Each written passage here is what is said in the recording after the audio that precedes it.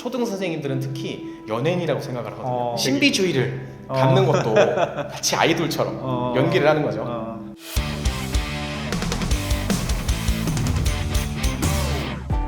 안녕하세요, 박혜주입니다. 오늘은 김세진 선생님을 모시고 신규 선생님들께 드리는 꿀팁을 좀 이야기해 보려고 합니다. 안녕하세요. 저는 초등교사로 10년째 근무 중인 김세진이라고 합니다. 반갑습니다.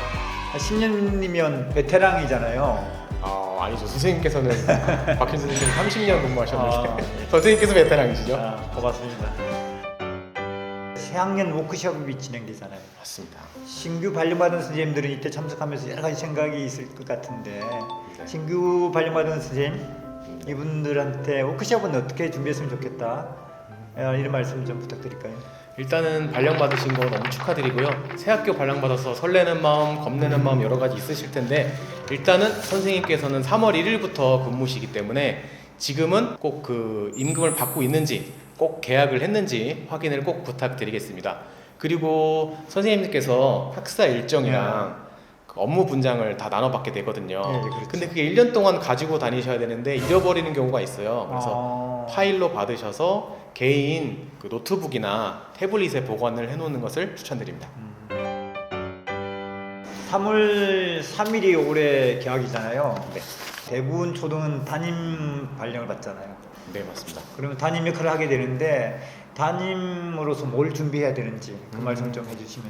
네, 일단은 2월 달에 2월 마지막 주에 애들 명단을 이미 받으셨을 거예요.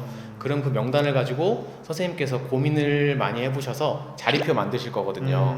그래서 자리표를 책상에다가 몰래 붙여주시고요. 애들 오면은 그 자리에 앉게 해주시고 누구야 안녕 이렇게 인사해주면 애들이 어떻게 제 이름 아세요? 이렇게 놀라거든요. 그럼 그때 애들은 선생님이 내 이름을 이미 알고 있구나 신뢰감을 벌써 쌓게 된단 말이에요. 그래서 그것만 해주셔도 일단은 전 성공이라고 봅니다.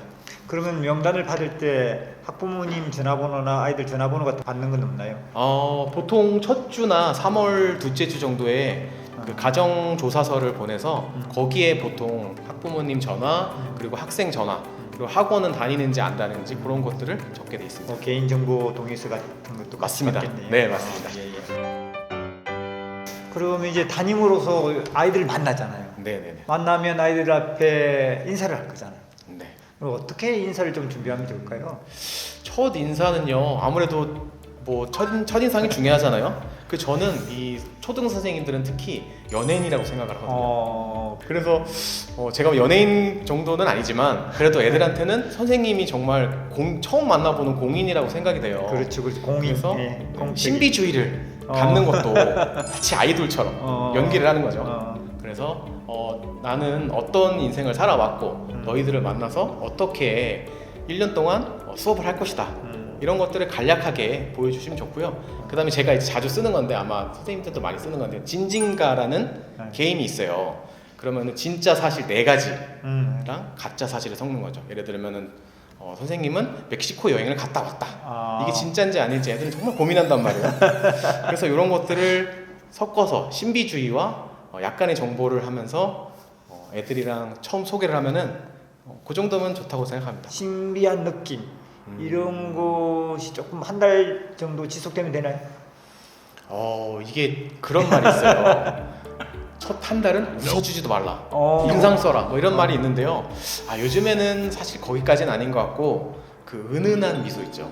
웃는 것도 아니고 화내는 것도 아닌 듯한 이런 미소를 해주면 이게 선생님이 나를 혼내는 건지 아닌지 칭찬하는 건지 그런 은근함이 저는 신비주의로서 포커페이스를 좋다고 생각합니다. 교사로서 뭔가 준비해야 될 것 팁 하나를 말씀해 주시면 어떨까요?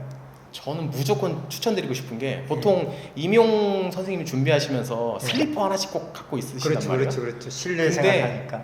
이제는 조금 더 고급 한 단계 위에 슬리퍼를 구입하셔라 추천드리겠습니다.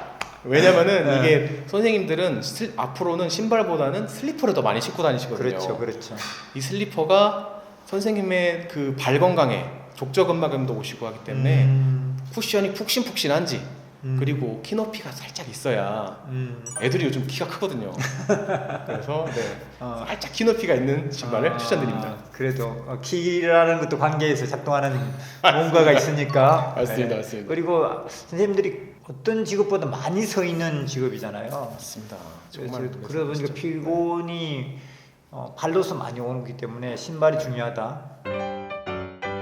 그리고 학교 생활을 이렇게 하다 보면 아이들 사이에 갈등이 있을 수밖에 없잖아요. 맞습니다. 갈등이 있었을 때, 다르게 표현하면 다툼이 있었을 때 이 부분도 이제 고민될 것 같아요. 걱정되기도 하고 이 부분에 대해서 좀 조언을 해주시면. 저도 그런 일이 생기면 올게 왔구나 하면서 진짜 놀래거든요.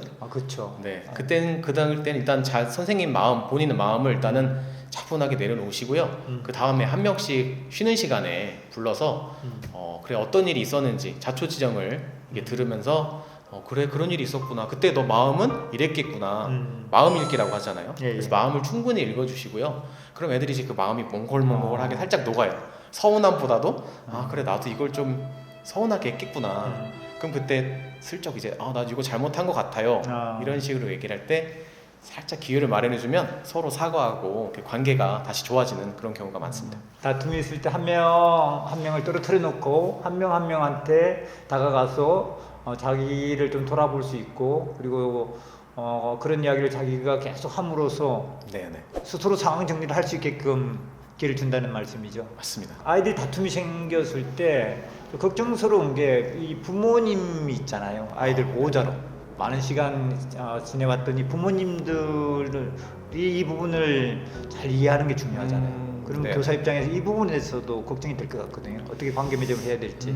그 애들과의 관계도 중요하지만 학부모님과의 관계가 정말 어렵고 그렇죠. 그렇잖아요. 그래서 이럴 경우에는 사실 애들 입을 통해서 이런 일이 있었다는 얘기를 들으면 부모님이 정말 서운해하시더라고요. 그렇죠. 그래서 그렇죠. 제가 먼저 학생이 집에 하교하기 전에 미리 전화를 드리는 거.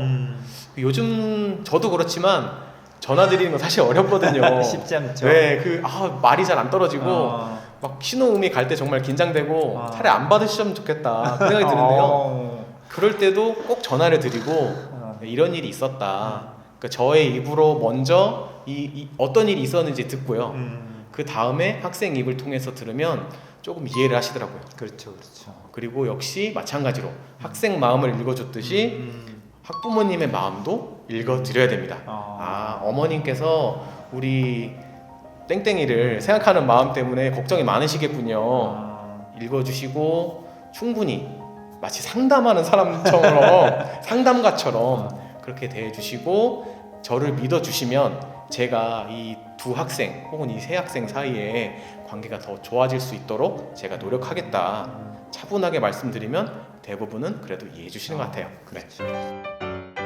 새 학기 시작하는 학부모의 마음은 어떨까? 학생의 마음은 어떨까라는 거 한번 살펴보면 조금 더 한 해 학교 생활에 도움이 되지 않을까라는 생각도 듭니다. 네, 정확하십니다.